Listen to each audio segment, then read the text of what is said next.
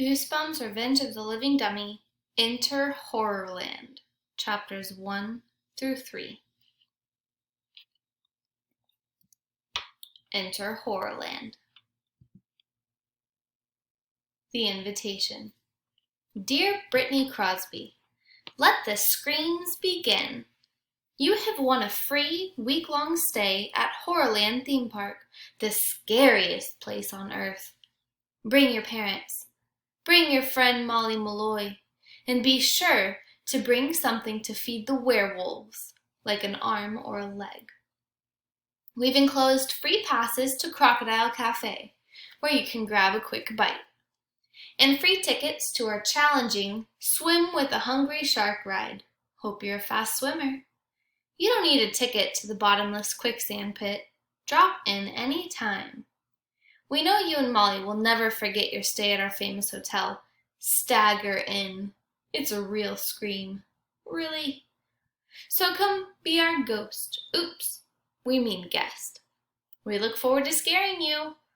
Please RSVP to D. Quickly, Guest Relations. Chapter 1. Molly and I sat in the back seat of my parents' car and talked all the way to Horrorland. After 4 straight hours of our talk, Dad cranked up the radio as loud as he could. That was his subtle hint that we should take a break. You two are chattering like magpies, Mom said. What are magpies? I asked. Little black and white birds that chatter a lot, Mom said. Why don't you two enjoy the scenery for a while? Yeah, for sure, I said. Molly and I went back to our conversation. We were totally psyched. Our friends Caitlin and Jason went to Horrorland last spring. They told us all about it when they got back. They said it was the coolest place they'd ever been. They have a werewolf petting zoo, Caitlin said. Do you believe it? She laughed. The werewolves looked totally real. It was awesome. Jason liked the rides. He said to be sure to check out the Doom Slide, the world's longest slide. And don't miss Black Lagoon Water Park, he said. You'll love the bottomless canoe ride, and you won't believe Quicksand Beach. Once you start sinking, you think you'll never stop. And here we were, on our way to the famous, scary theme park, riding through endless farmland, all the windows down because the air conditioner stopped working, talking nonstop. Finally, the park came into view. We drove through the wide-open mouth of an enormous purple dragon. It had to be 10 stories high. Into the endless parking lot, jammed with cars. Up ahead, I saw a tall green and purple billboard. It said, Welcome to Horrorland, where nightmares come to life. I slapped Molly a high five. This is going to be awesome, I cried. And it's all free, Dad chimed in. Brittany, what did you do to win free tickets? I shrugged. Beats me. I didn't enter a contest or anything. I don't know how I got picked. They seem to know a lot about us, Molly said. They knew my name. It's totally weird. This is one of the biggest theme parks in the world, Dad said. They do a lot of research on people. We climbed out of the car. The afternoon sun beamed down from a clear, cloudless sky. Large blackbirds circled high overhead. Are those buzzards? Mom asked, shielding her eyes with one hand. Don't buzzards feed on dead things? Dad laughed. They're probably animated robots or something. Very clever. He watched the buzzards for a moment. Then he popped the trunk and started to pull out our bags. I tried to see into the park, but it was surrounded by a tall green fence. Deep, scary organ music poured out of the speakers above our heads. Mom frowned. That's the kind of music they play at funerals, she murmured. Molly tugged the sleeve of my t-shirt. Hear those kids screaming? She asked. She suddenly looked frightened. Yes, I heard loud screams on the other side of the fence. Sounds like they're on a roller coaster or something, I told her. Remember? Jason said the rides here are incredible. Dad pulled out his new digital camera and snapped some pictures of the park entrance and the big welcome sign.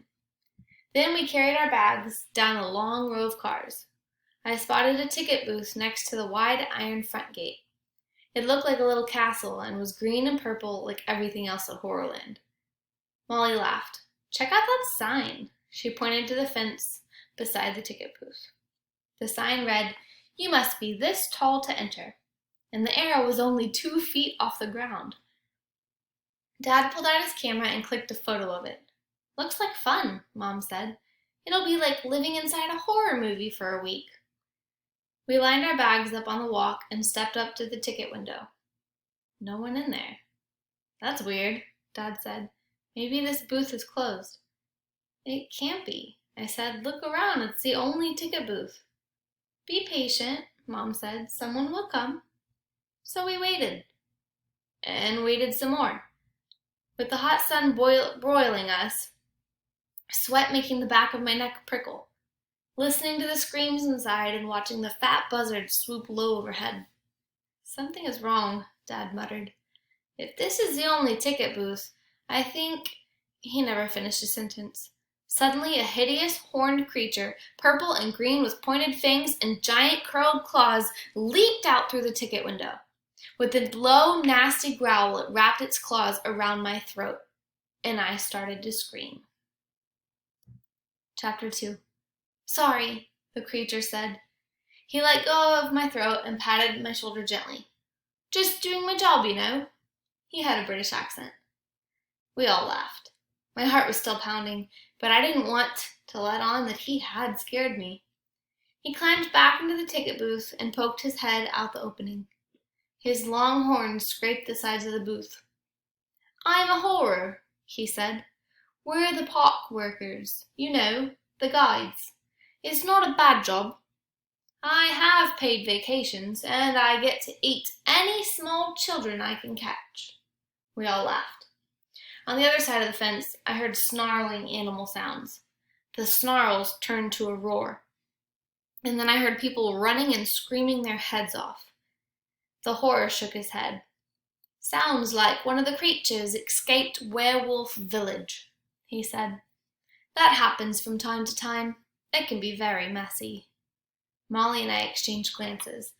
I wished Molly would lighten up. She looked so tense. She had to know this was all a joke.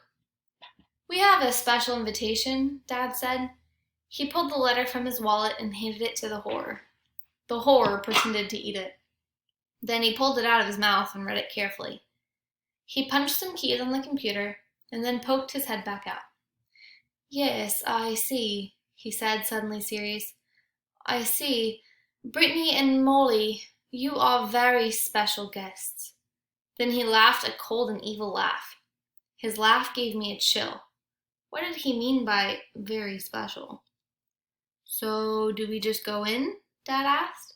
The horror shook his head. Once again, his pointy horns scraped the walls of the booth. No, you can't go in, he said. Dad squinted at him. I don't understand. Before I can let you in, the horror said, I have to make each one of you scream. I laughed. You're joking, right? We all have to scream. We keep your scream on file, he said, so we can identify you later. Excuse me? Identify us later? What did that mean? The horror pulled out a small black microphone. Whenever you're ready, he said. It's connected to my computer. We lined up one by one and did our best scream into the microphone. Mom's was the best. I couldn't believe it. She really sounded like she was in a horror movie. Molly did a tiny, shrill scream. You could barely hear her. Mine was pretty good. Maybe too long. I screamed till my throat hurt. After Dad screamed, his face turned bright red. He's kind of shy, and I think he was embarrassed. The metal gate swung open. The horror pointed inside. Wait by the road there. A taxi will pick you up and take you to the hotel. A horror will be waiting to take you to your rooms. The four of us walked through the tall gate. It slid shut behind us and clicked, as if locking us inside. Dad suddenly turned. Hey, wait, he called to the horror. Our suitcases. The horror stepped out of the ticket booth and walked over to our bags. You won't be needing these where you're going, he said. He pulled a blowtorch from behind his back, flamed it up, and set our suitcases on fire. Chapter 3. Hey, stop! Dad screamed. "What are you doing?" I stood there, frozen in shock. Molly squeezed my hand.